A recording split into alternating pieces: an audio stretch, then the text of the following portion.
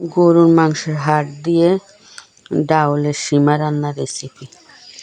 আসসালামু আলাইকুম। এই জায়গার মধ্যে একটা পাইপিন বসাই দিলাম, পরিমাণ মতো পেঁয়াজ কুচি দিয়ে এগুলার একটু ভাজি নিলাম। ভাজার পরে একটু ভাজা ভাজা হয়ে গেলে কিন্তু দিয়ে আমি জায়গায় 2-3 চামচের মতন রসুন বাটা, এরপরে দিয়ে দিলাম আদা বাটা 3 চামচের মতো দিলাম, পরিমাণ মতো লবণ দিয়ে এরপরে দিয়ে দিলাম এই জায়গায় জিরার গুঁড়া, জিনিস যতটুকু ওই পরিমাণ মতো দিবেন। এরপরে আমি এই জায়গার মধ্যে প্রায় 1 কেজি ডাইলের লগে 4 চামচের মতো জিরা দিলাম, লং এলাচির গুঁড়া দিলাম, লগে ধনিয়ার গুঁড়া আছে প্রায় 4 চামচের মতো। দেওয়ার পরে এরপরে ধনিয়ার গুঁড়া সহ এগুলা দিয়ে দিলাম, দিয়ে যেন হলুদের গুঁড়া মরিচের গুঁড়া এগুলা দিই মশলাটা একটু পানি দিয়ে দিছি। পানিটা জোসাইলে দিয়ে দিলাম আড্ডি উড্ডি বেড়াই চর্বি বেড়াই মাংসগুলা।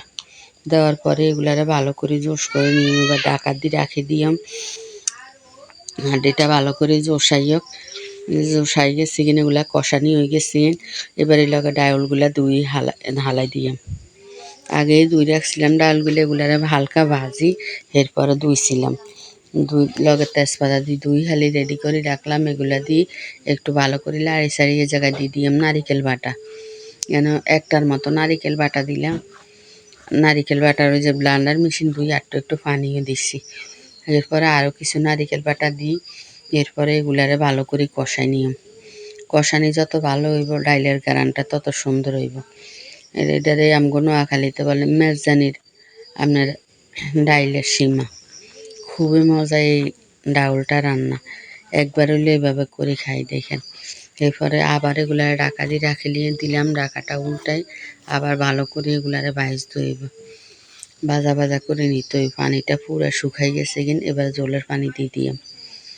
পানিটা দিয়ে দিলাম, দেওয়ার পরে এগুলারে এবার ভালো করে একটা লাড়াচাড়া দিয়ে ঢাকা দিয়ে রাখি দিলাম। ডালটা সিদ্ধ হওয়ার জন্য অপেক্ষা করিলাম।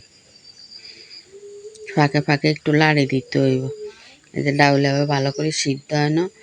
এরপরে আপনার আবার ঢাকা দিয়ে রাখি দিই।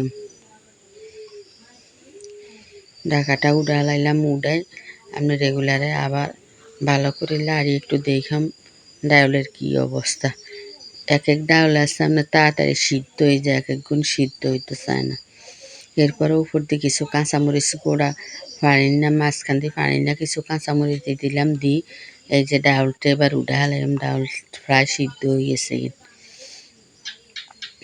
আর একটু কতক্ষণ চুলার উপরে রাই, এরপরে ঢাকা দিলাম, ঢাকাটা উল্টাই এবার আপনার ডাউলটা উঠালাম। এত বেশি যদি নরম করি তাহলে ওগুলো ভর্তা হয়ে যাব, খাইতে মজা হইব না। যদি আপনার কাছে রেসিপিটা ভালো লাগে একটা লাইক কমেন্ট শেয়ার সাবস্ক্রাইব করে দিন। আসসালামু আলাইকুম।